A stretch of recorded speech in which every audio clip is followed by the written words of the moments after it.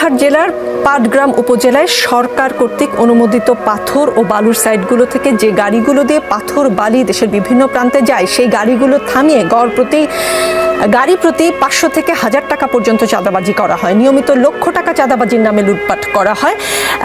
সার্জিস আলম পোস্টে লিখেছেন, বাকিটুকুও পড়ছি। আজকে পাটগ্রাম উপজেলার ইউনো সেই চাঁদাবাজদের মধ্য থেকে দুজনকে ধরে এনে শাস্তি হিসেবে 1 মাসের জেল দেয়। পরবর্তীতে বিএনপি এবং স্বেচ্ছাসেবক দলের কয়েকশো নেতাকর্মী এসে থানা ঘেরাও করে, ভাঙচুর করে এবং ওই চাঁদাবাজদেরকে ছিনিয়ে নিয়ে যায়। জেলা পুলিশ সুপার পার্শ্ববর্তী হাতীবান্ধা থানা থেকে পুলিশের এক্সট্রা ফোর্স সহযোগিতা চাইলে হাতীবান্ধা থানার বিএনপি নেতাকর্মীরা সেই থানাও অবরুদ্ধ করে রাখে।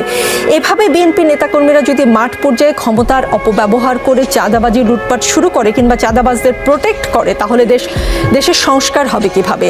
স্থানীয় লোকজন বলছে সেখানকার যিনি এমপি প্রত্যাশী তার মদতে এসব হচ্ছে। এই পোস্টে সার্জিস আলম, তারেক রহমান ও মির্জা ফখরুলকে ট্যাগ করেছেন। বিএনপিকে কন্ট্রোল করতে পারছে কিনা? এখনই যদি এই অবস্থা হয়, আপনারা 460টা উপজেলা